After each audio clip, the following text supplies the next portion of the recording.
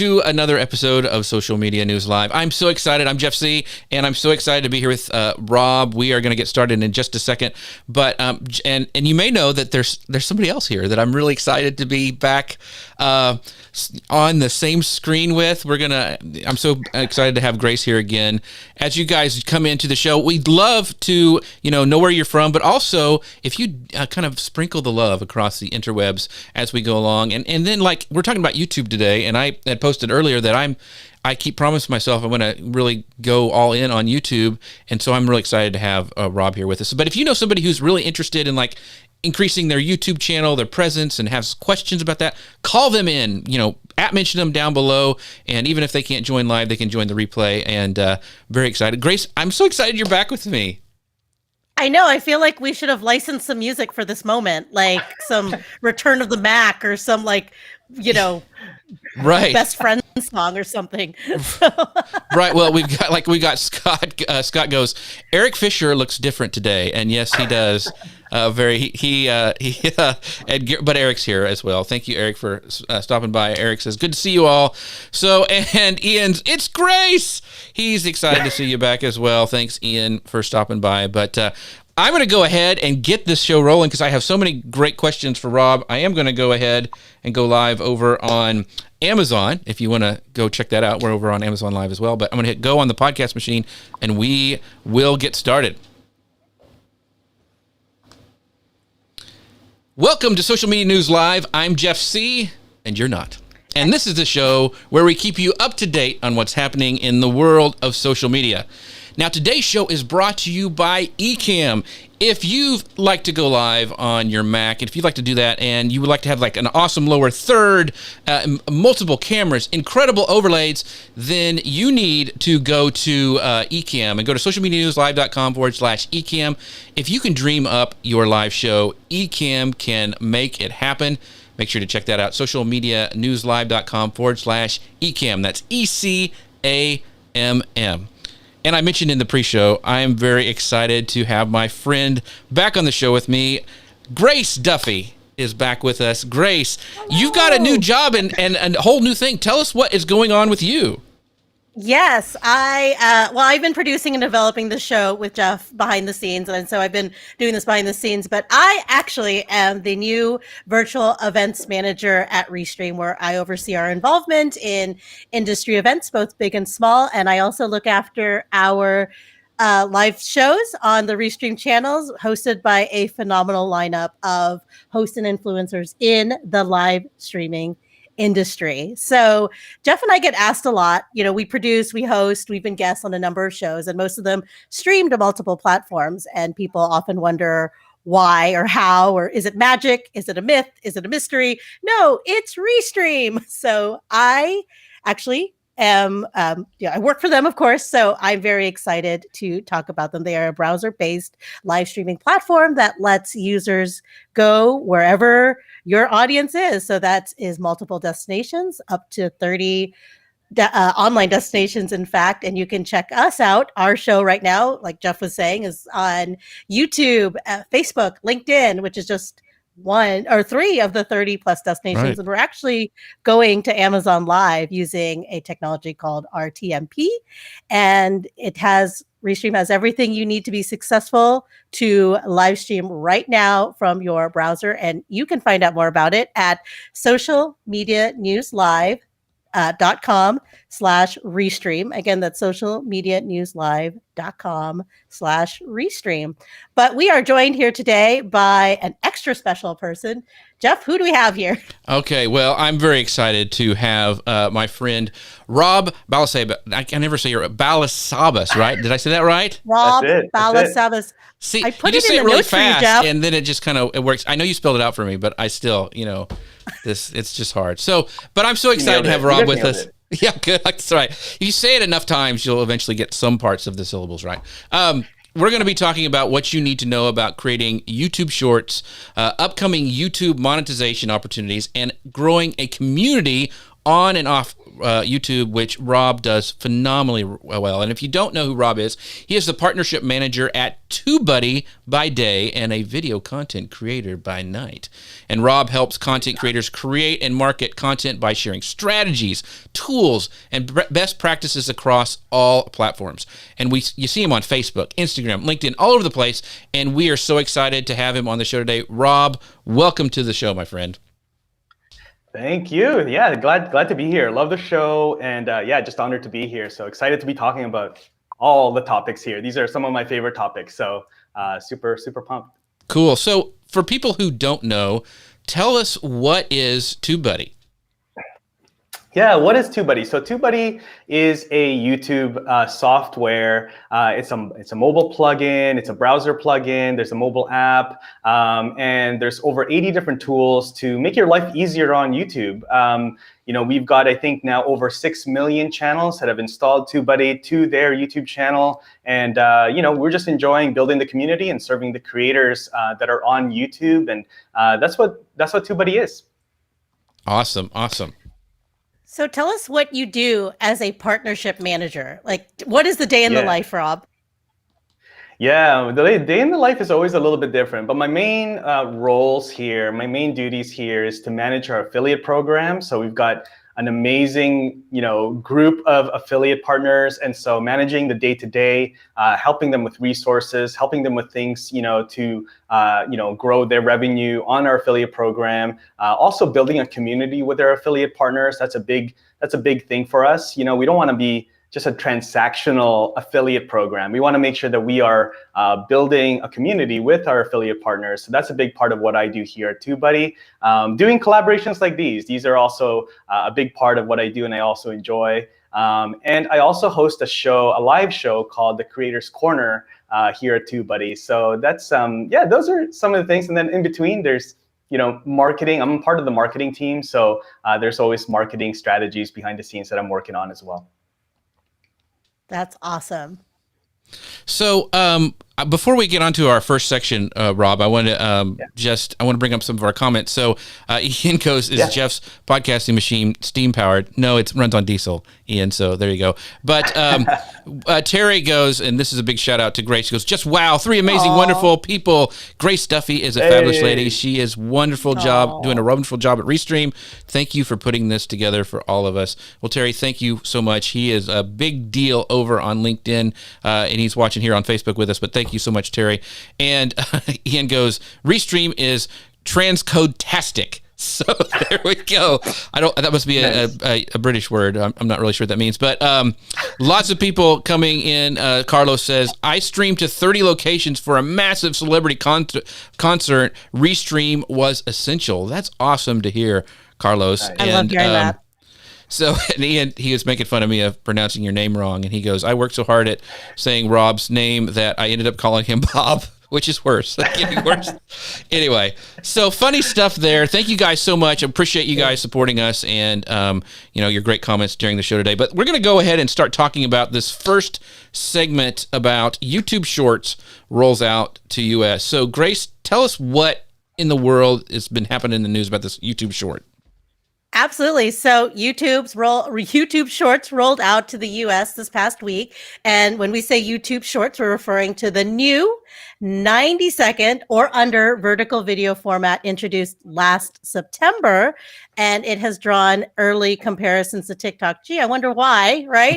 It's been in beta for a while, but many people have had access to it in its beta form. One of those people is actually Rob Balasabas here, who is going to talk to us all about it.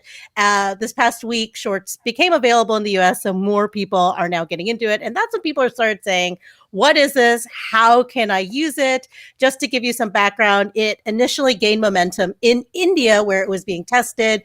And according to YouTube, more than 3.5 billion daily views globally on this impressive new format. And that's an impressive number considering it's only officially been available to Indian creators and then some beta testers for now. But where can we see shorts? Where can we find them, Rob? Tell us where, because I don't see them very much on the desktop. I know they're on mobile, but where do you see them?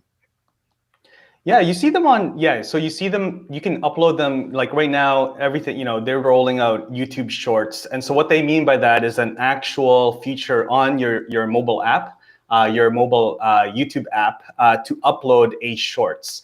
Now, even if you don't have this feature on your channel, you can still upload YouTube Shorts. People have been, doing that for a while now in the US, like all over the world. And there's a couple things that you just need to do, but it's essentially the same upload process as the rest of your other videos on your channel. So all you need to do is upload a vertical video. So, normally videos are like this, right? The way that you're seeing now on Facebook, but now you got to upload a vertical video similar to TikTok, similar to Instagram stories in that format, and then upload vertical videos.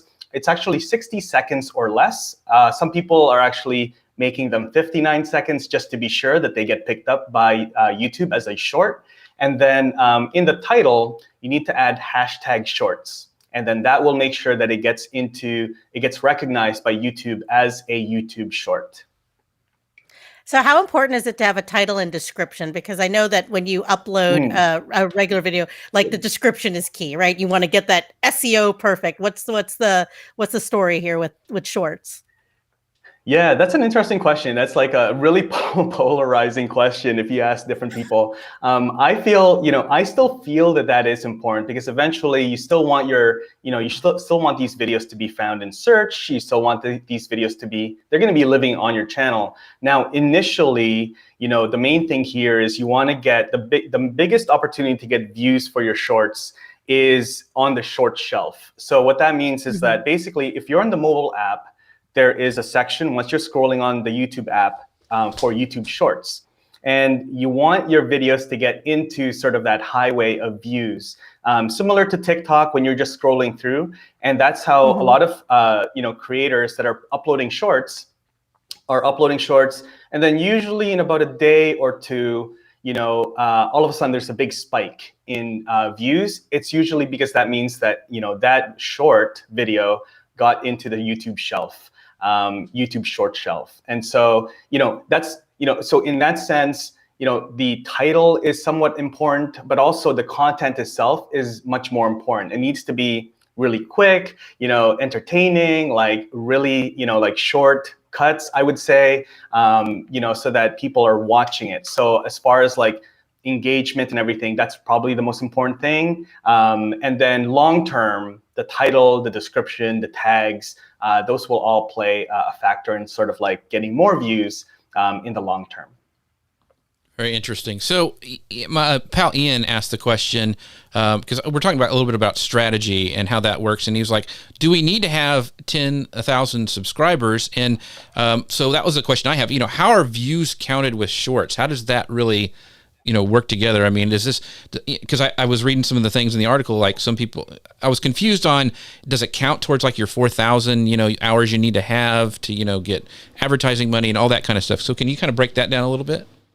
Yeah, that's really good. Yeah, so Ian, yeah, you don't need 10,000 subscribers to do YouTube Shorts the way that I explained.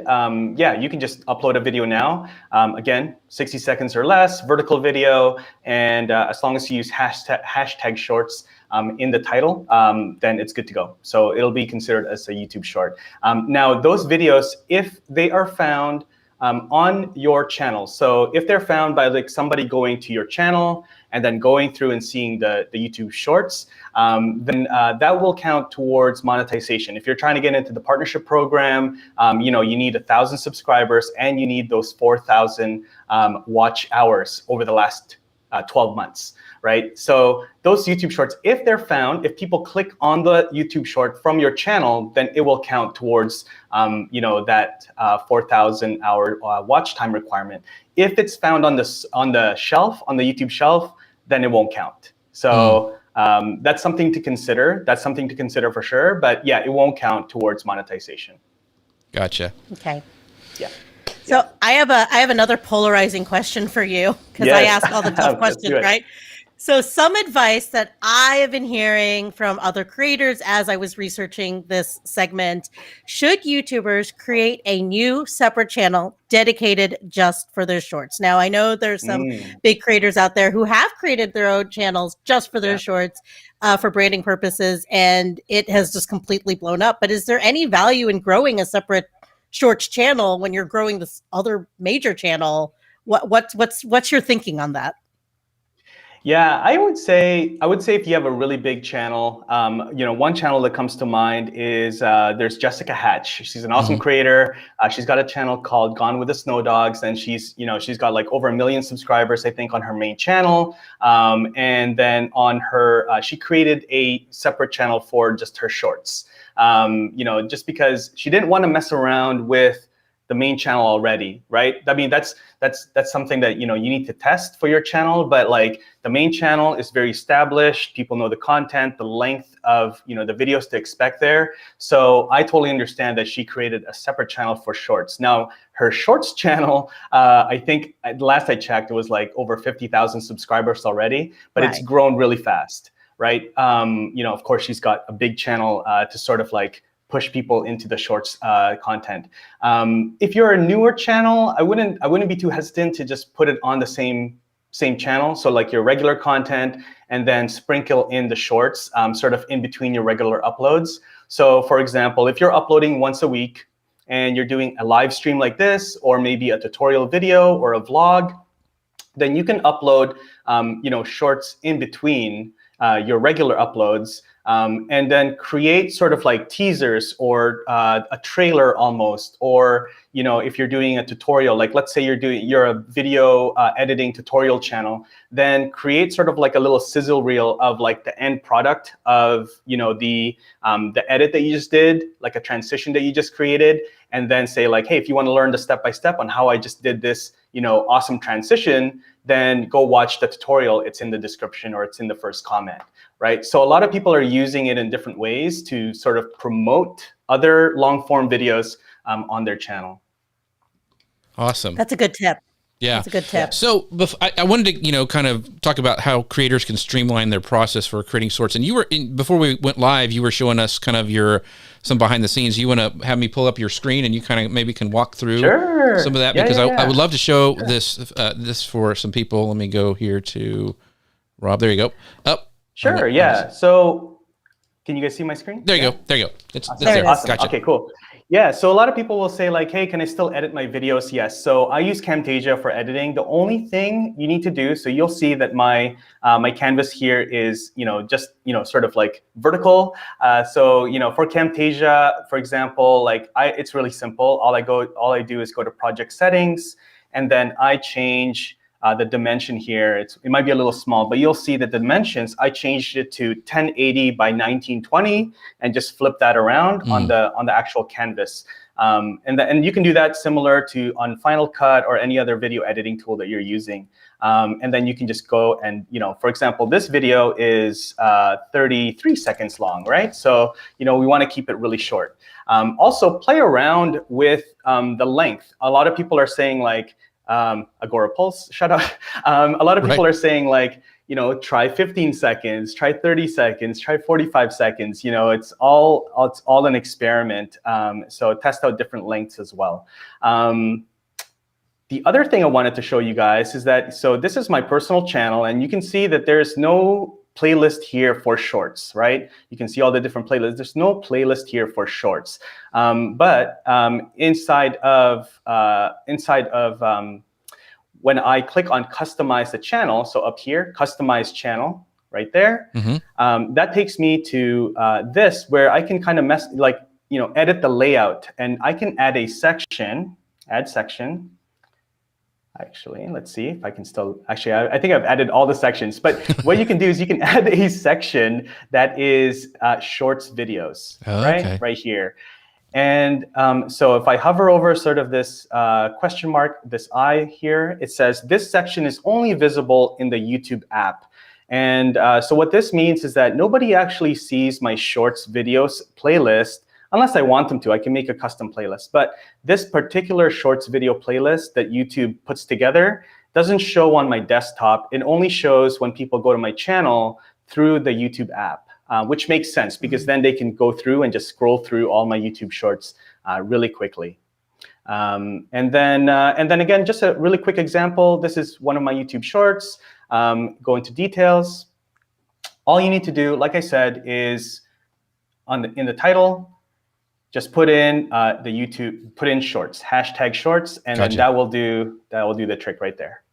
And you mentioned beforehand that you noticed that there was like, in your graph of when things were starting to be watched, that it would take a little bit before it'd take off, and then you saw a little bump later. So can you just kind of walk through that a little bit? Yeah. So this is one of my shorts, my more recent shorts, and you can see here that this is the view graph, and this is very typical. Like seeing a lot of creators in different groups and communities. This is very typical of what happens to YouTube Shorts. So it's the blue line here is for this particular video. So right around about a day and 9 hours, it went from like really flat line, and then it just kind of went up like this. So this is the point right here where it got put into the YouTube short shelf, and then there's a big spike in views. And then after about a few days or so, it then kind of flatlines because it gets taken off the shelf. And then this is where I mean where this is something you need to strategize for and plan for, is that now you need to make sure that that video is optimized so it can get found in search and all those things on your channel. Awesome. Well, thanks, Rob, for showing us that. That's really cool because I think that's really helpful for us newbies on trying to understand short. I mean, YouTube is hard enough to understand anyway, but shorts is a whole nother thing. So here's a question. I know these are I'm a grimy little marketer, and I'm thinking of stuff. So what are your thoughts on repurposing your TikTok and Reels content for shorts? Are there issues with doing that? Do you recommend it? Is it a good idea to repurpose that kind of stuff? What are your thoughts? Yeah, I don't think there's any issues. I've seen people do that on YouTube Shorts. I know that on Instagram, I mean, correct me if I'm wrong. You guys probably know a little bit better, but I know on Instagram, I think Instagram Reels is kind of cracking down on any TikTok repurposed, with the watermark, and kind of limiting the reach on those. But as far as YouTube Shorts, I don't see that happening yet. It might be, but I mean, I understand. There's a lot of, this is the whole reason why, YouTube Shorts is, YouTube is so bullish on Shorts, is because they are really essentially trying to take on, TikTok, which I understand. Like, it's a battle that they really can't lose, right? They don't want to lose that attention for that next generation, for that short form video. So that's why they're really pushing Shorts and, kind of giving some boost on Shorts videos and things like that when people do upload them. So it's interesting. I know we're going to talk a little bit about monetization, but it's an interesting battle to kind of watch and see, because a lot of TikTok creators are migrating and creating on YouTube Shorts just because YouTube does have a bit of a better infrastructure when it comes to monetization and YouTube AdSense and all those things. So it's interesting. But I don't see any negatives to TikTok videos being repurposed on Shorts quite yet. So I have a follow-up question before Grace moves on to the next one. So to me, it's like, okay, YouTube, one of the things is the strategy is like, you want to have as much time viewed. That helps, the more people will watch your content, the better off you are. And, you've heard long time, longer content kind of works. You want to keep those eyeballs on YouTube. Yep. Shorts are almost the opposite. I mean, it's like, it's so quick, and it seems like it's almost a culture shift from YouTube and the creators. They were creating kind of long form content where you wanted it really sticky, where people would sit there and have those eyeballs on your content. And Shorts is like the opposite of that. It feels like, you know what I'm saying? So is that a thing that YouTube is struggling against, or what are your thoughts on that? Yeah, it's really interesting. Like, we learned, we were looking at a lot of data. Like, we have a lot of channels, obviously, that have connected, their content, their channels and things to TubeBuddy. And we were looking at a lot of data, and it tells us that YouTube, like, viewers on YouTube like short content and long content. It's like really weird, right? It sounds really weird, but but they like, we found that like 2 minutes or less, videos 2 minutes or less tend to do really well. And then there's kind of a bit of a slope and kind of a bowl, like a dip between 2 minutes and 10 minutes.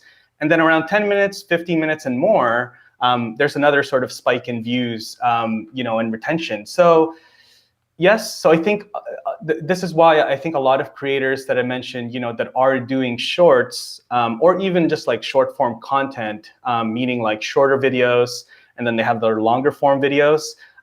They do fairly well. They take a lot of their longer form interviews or tutorials, and then they tend to break them up into shorter clips, for example. So I think there's a lot of creators out there that are still trying to figure this out. Where the shorts fit? Does it fit on a different channel? Does it fit on my channel? Do I do it once in a while? There's a lot of newer channels, even last year that just like they created their channels mid last year and they've just blown up, and all they're doing are shorts. One example that comes, like I always use, is this guy named Rishi Draws, and it's the guy that just draws on his tablet, and it's just all shorts. And I think he started his channel a while ago, but he only started uploading like last summer, like mid last year, and I think now he's almost at 400,000 subscribers. Wow. So it's interesting. Wow. It's really interesting how people are using shorts, but yeah, people like short content and long content, but like somewhere in between there, it's not so hot, which is really interesting. Yeah, that is interesting. Yeah, very cool. Yeah. So Shorts is new and fairly unproven. You work for TubeBuddy, I work for Restream. We're deep in the video, right? But other businesses, other types of businesses that may not, where video isn't their main, it's really just part of their marketing funnel. Do you think it's worth their time and attention to pay, to produce these shorts? What is the value of doing shorts if, let's say, that you're not necessarily a video creator, but you're a brand using YouTube to promote your own things?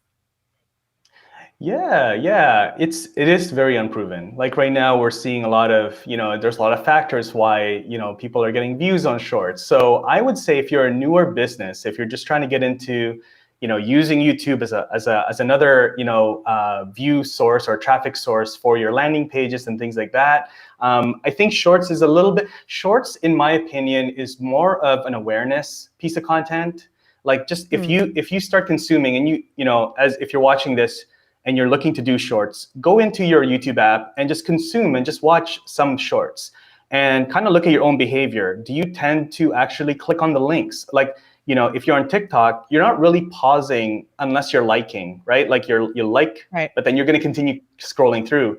So, with YouTube Shorts, it's not really like a place to do like a pitch, like, hey guys, I'm going to show you 3 ways to, do this cool thing. By the way, this is part of a longer course or a full course, click on the link down below. Like it's like you're not going to be able to get people to take, big action like that. They're just scrolling through. Now, that doesn't mean to say that doesn't, contribute to longer term success on your channel, because now they've, if they watch an entire shorts or like most of the short, like a short video on your channel, then when they come back to YouTube, YouTube may then serve them some of your other videos, some of your other long form videos, because like YouTube's like, hey, you watched one of Rob's shorts, maybe you'll be interested in some of his other videos, right? Because YouTube is in the game of trying to get people to watch more videos, right? So, so then in that case, like they may not subscribe while they're watching, they may not click while they're watching your shorts, but when they come back, they'll like, hey, I remember Rob, he made that like really funny video, or like that really cool like, teaser video. And then now I'm seeing his other videos kind of populate on my homepage when I go to YouTube again. And then they may watch some of my other videos. And then that's where then, the calls to action, they may actually click on some of the links and things like that. So, so find the place for you, consume some of the shorts on YouTube, and then see how your behavior is. And then that's probably going to be, close to what, the viewers that are going to be watching your shorts as well. And then don't try to sell. Like, again, people are doing shorts. Think of TikTok. It's kind of like an entertainment sort of thing. They're scrolling through on their break and they're just scrolling through. So, make them really fun, quick punching like videos, and just be satisfied that they'll like the main call to action might be to just like the video, right? Because that's easy, because that's still there. Like there's a like button when they're scrolling through, and their thumb is right there. Like it's an easy ask, like, hey, make sure you like the video.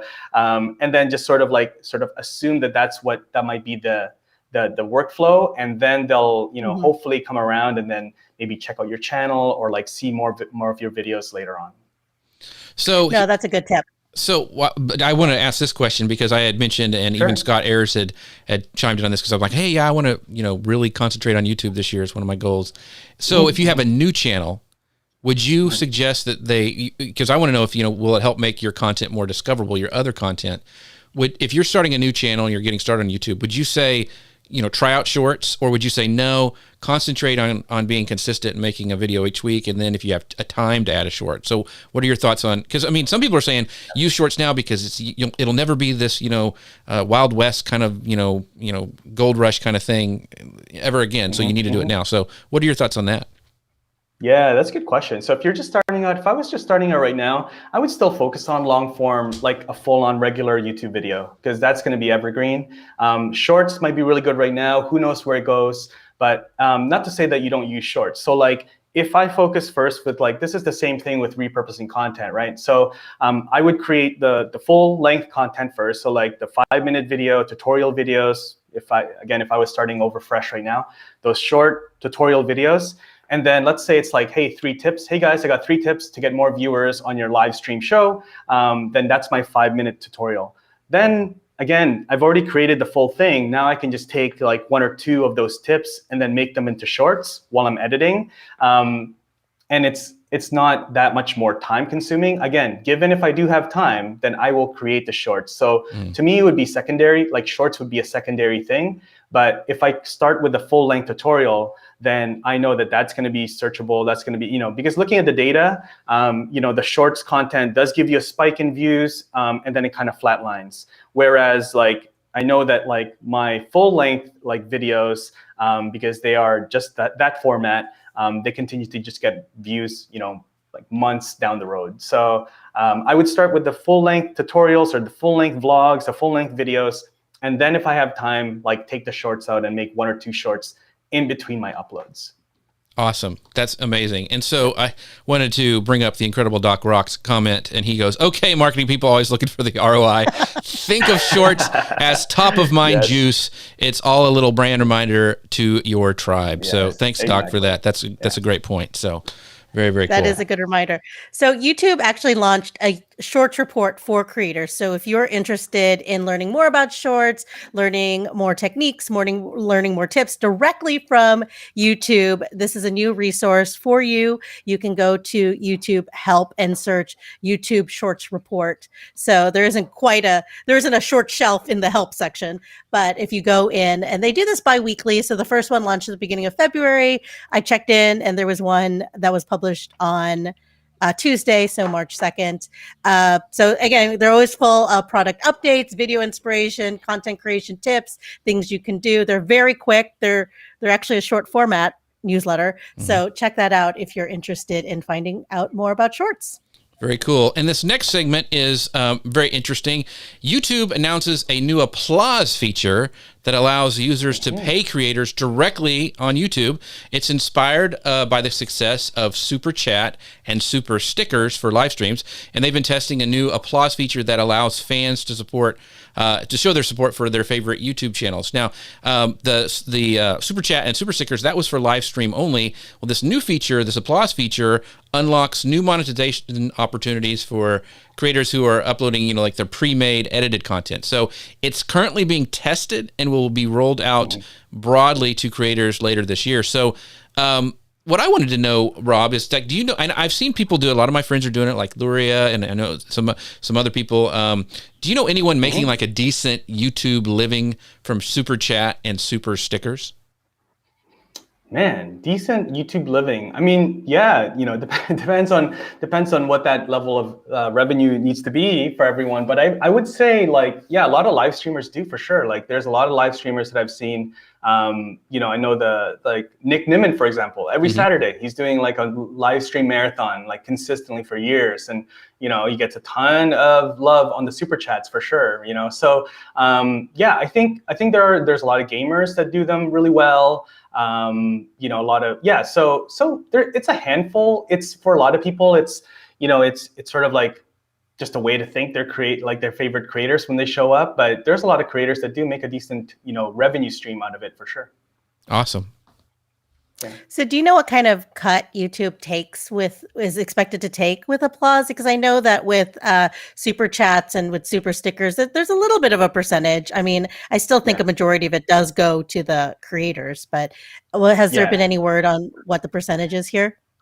I'm not sure. Yeah, I haven't heard. Like I know with Super Chat and everything else that YouTube has as far as like its monetization, it's about 30%. So I'm assuming it's going to be about the same. You know, it's sort of in line with that. That's kind of my assumption, just to keep things simple for creators and for YouTube. So yeah, I would think it's about 30%. And if I don't know if we said this or not, but it's like $2 to get an applause is what I thought the thing is, and so.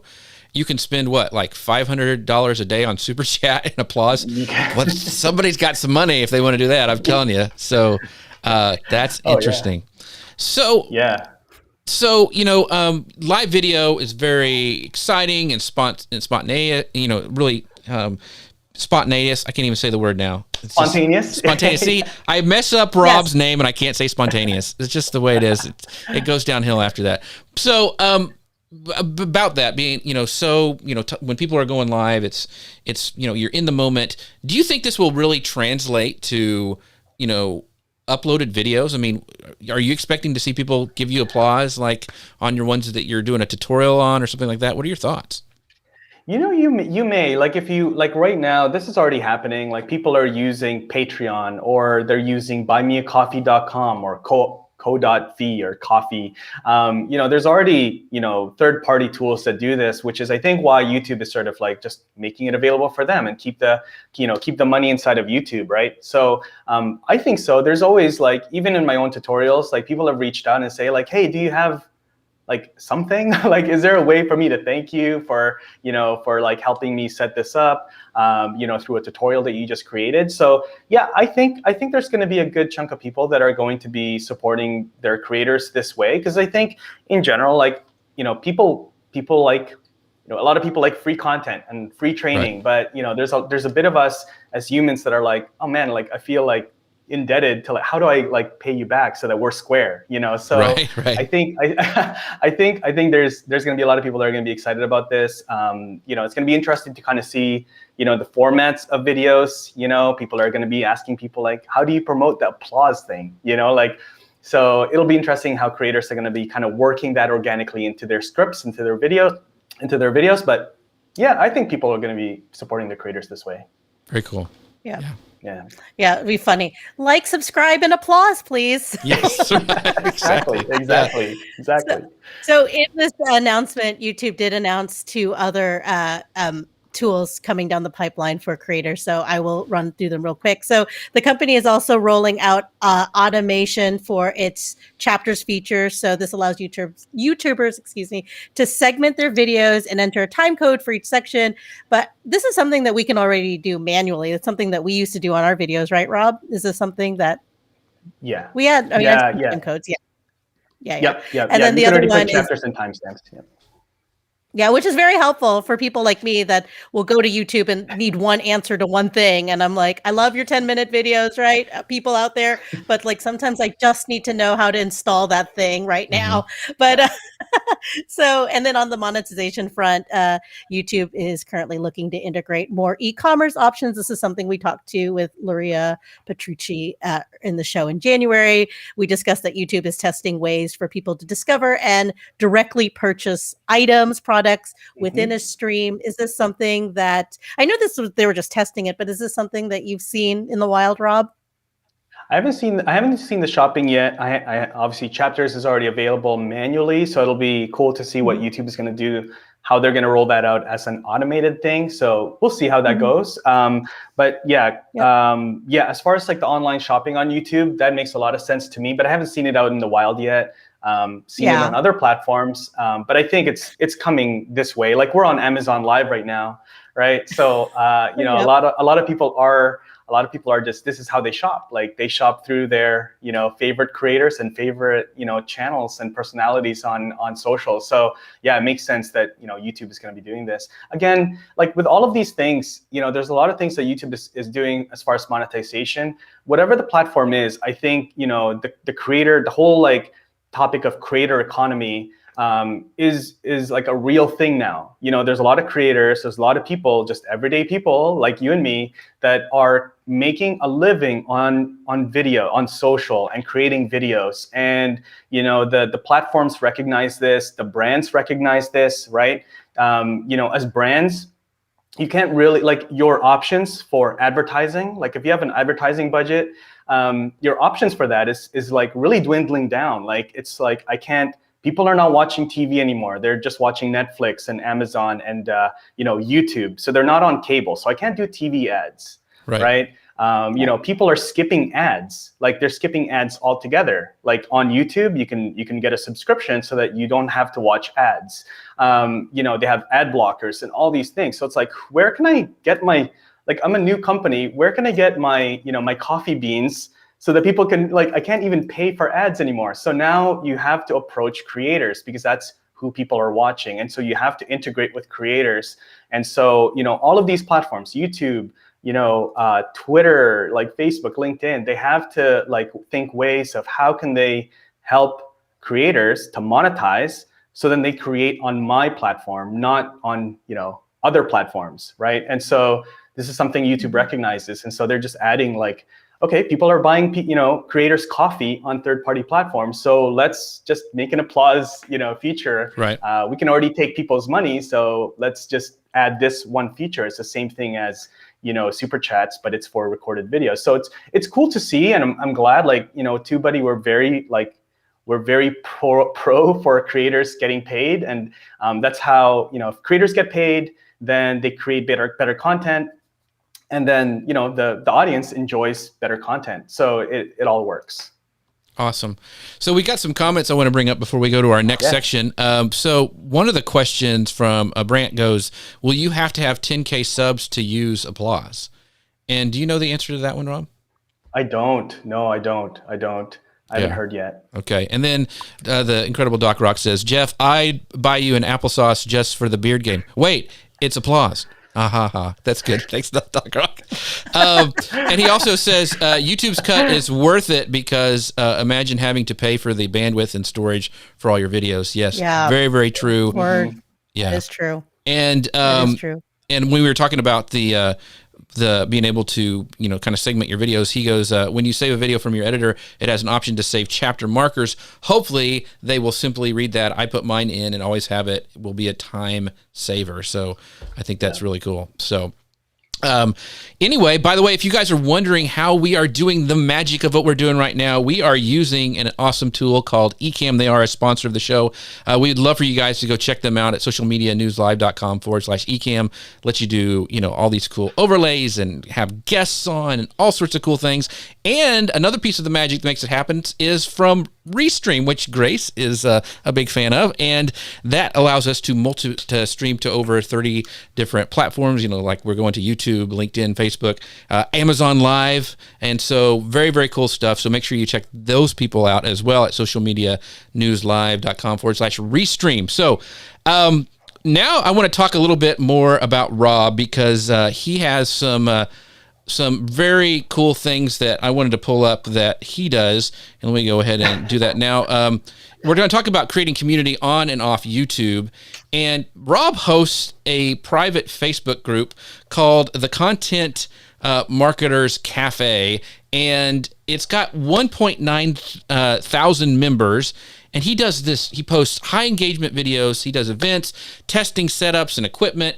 And Grace and I both have gone in there, and like there's not a question that probably doesn't get unanswered. So Rob, we are in awe of you, but we want to know how you do it. I'm going to pull up you know just the screen real quick here on screen. So go ahead, Grace. I will say that being in the group too, not only does a single question not go unanswered, but everyone is super, super supportive, no matter who you are, what you're doing, what company you work for, everyone is always working together. So Rob, I want to know how you've nurtured this incredible, positive community of creators. Can you tell us how this group began, like how you started it, and then also, you know, along that journey, how you've grown it to today? Because it's just such an amazing place. And that is hard to accomplish with a Facebook group. Yeah, no, thank you guys. Yeah, you know this whole group was it started as a Facebook chat group. When I was still at Thinkific, like over 2 years ago, I started this because we started doing collaborations, and I was like, okay, how do I keep in touch with all the different amazing people that I'm doing collaborations with and podcast interviews and swapping content with? And I'm like, okay, let me put it into like this. Let me just add everybody to a chat group, and then maybe like they all want to meet each other, I'm sure, because they all have shows and they all have content, and maybe they can get into each other's shows and just build a little community on Facebook chat. So I started it like it was like a late night idea. I added like 20 or 30 people into the chat. Bad idea. And then I went to sleep. I felt like a couple people messaged like, hey, this is cool, this is awesome. And then, fell asleep. The next morning, there's like over 200 messages. And then people are like, this needs to be a Facebook group. And so that was it. And then so I created a Facebook group really just to keep in touch with all of these friends of mine. And, it just kind of started growing. People would invite other people, kind of became a thing where people would ask questions. And yeah, it was just good. Like right now, it's just kind of growing on itself. And it's not a thing where like I do talk about TubeBuddy there, of course. That's just where I work. But it's not something where it's like, hey guys, we've got a paid training. You guys want to join? Like there's no paid thing happening inside of the group. It's just literally like I see Doc in there, I see you guys in there. Yeah. We're just asking questions and like, hey, I'm doing this. Does anybody know like how I set up my teleprompter? Like so Yeah. it's cool. It's cool. It's just a fun. It's community, especially right now during lockdown. It's like really helped me stay sane with social, like the social side of life. Yeah. Like just to see other people this way. Yeah. Of course, none of us really have worn pants in a year, but other than that, I mean, this is how we do our social stuff. So I want to know, I want to know, Rob, is like, it appears like you have 30 admins and moderators, which seems like a lot to anyone who hasn't managed a Facebook group. So how do you manage your team? I mean, that's the other. I have backed away because I'm like, I don't want to have to deal with the nightmare of it. But you have got it down, it looks like. Yeah, no, they're just admins. The reason they're admins is because they're like, hey, you guys should like stream. If you guys are going to stream, why don't you just stream in the group? There's some people there that could learn from your show, from your content. So I haven't like. There's no required like duties as an admin or anything. It's not like, hey, make sure you keep everything clean.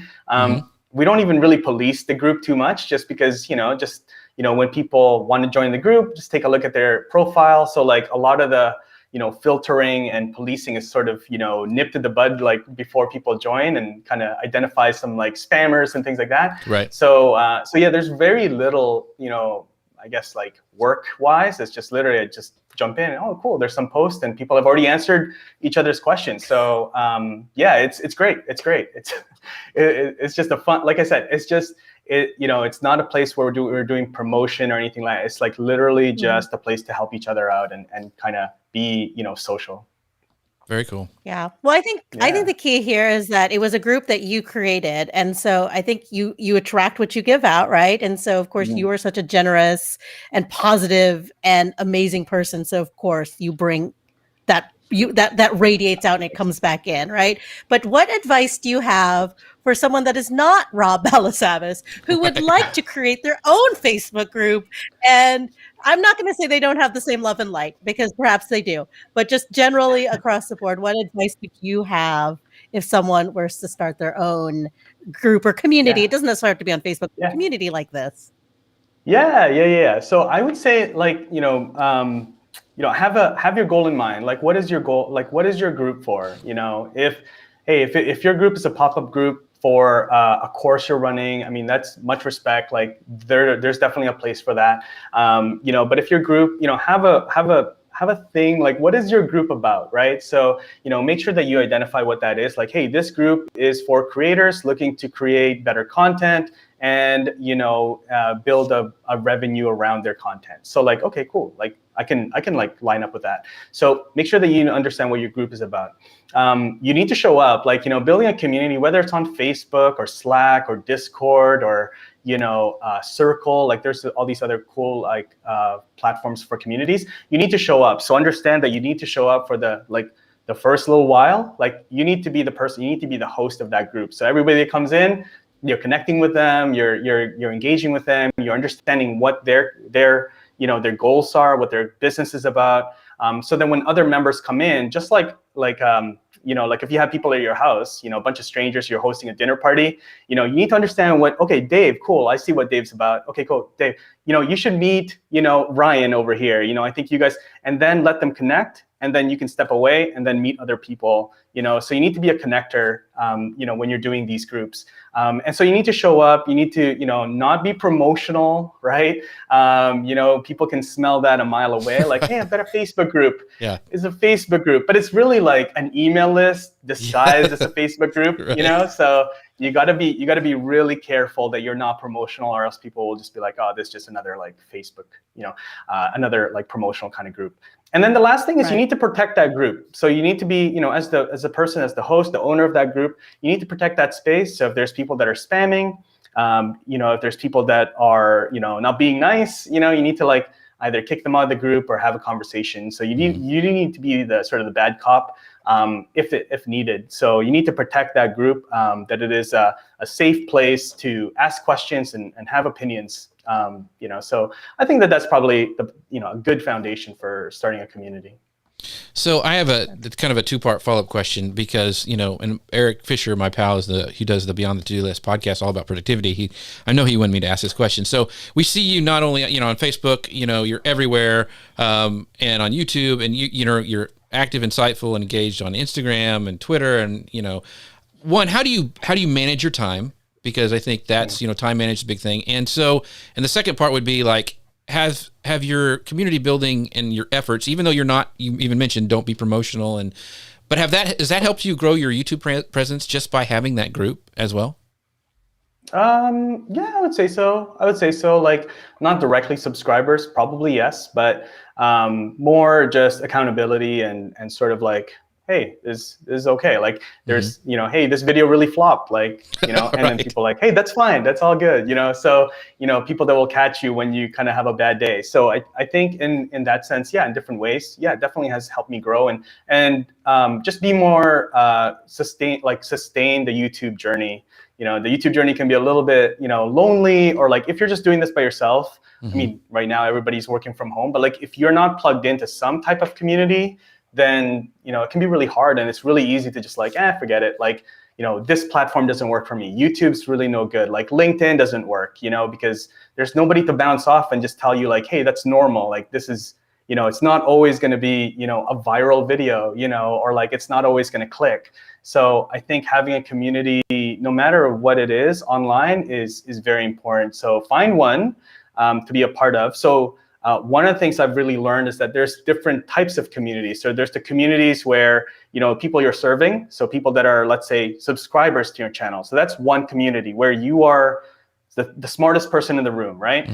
And then there's also a community that's really important, which I'm part of with you guys. I consider you is like your peers. So people that can like speak into like that are smarter than you and say like, hey, Rob, like, you kind of zig. You're gonna zag here, but you gotta zig, right? So, so I think that's really important. So make sure that you identify the types of communities that you're in.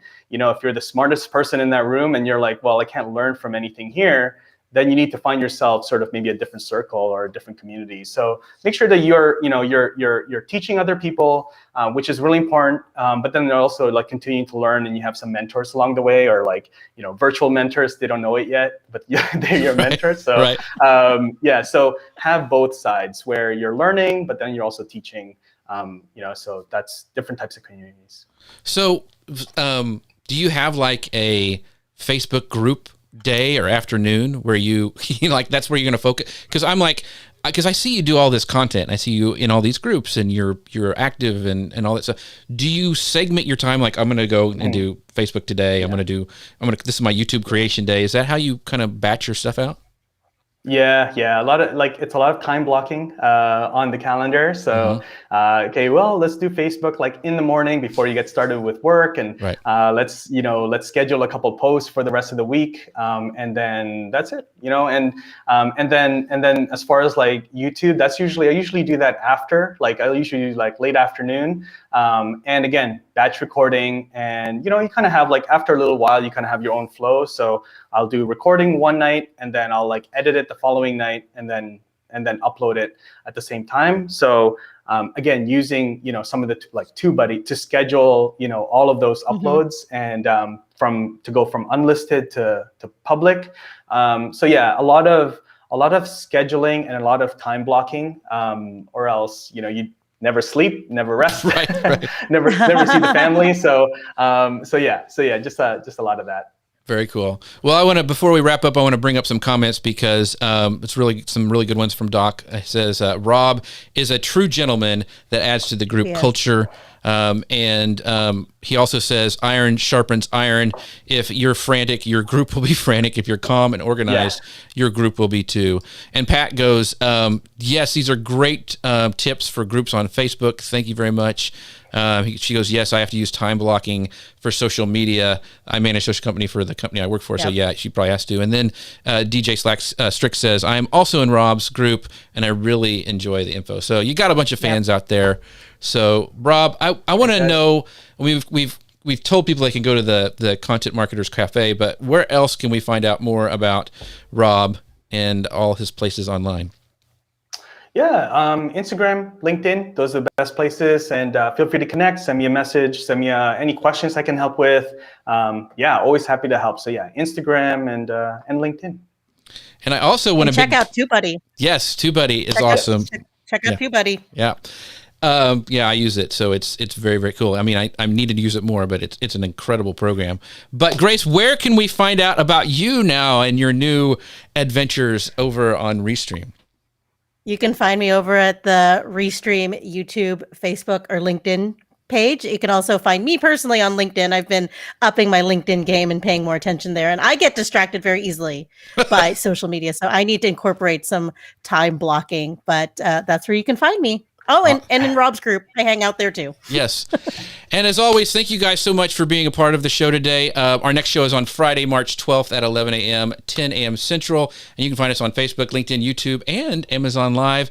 And I also want to do a big shout out for our sponsors. We could not do this show without them. And by supporting them, you support us. So make sure you check out Agora Pulse, who Rob even had their hat on in some of his this show he was showing earlier. Yep. And they're a great company, help us schedule and actually monitor comments even after a live video. It's really great. Also, my pals over on at Ecamm, make sure you go visit them, and also Restream as well. So go to socialmedianewslive.com/Restream. And thank you guys thank you for our sponsors. And we will see you next time. Bye, everybody. Bye, everyone. Have a good day. And we're clear. Rob, thank you so much for doing this. We're still live on Facebook. Thank you. Yeah. That was awesome. Yeah. You killed it. And all these, we have some great comments today. Thank you, Pat and Doc, for stopping by. Yeah, yay for Ecamm, says Doc. Yeah, thank you guys. We'll see you next time. Grace, thank you. So good to be back with you. Thank you. Rob, we'll see you later.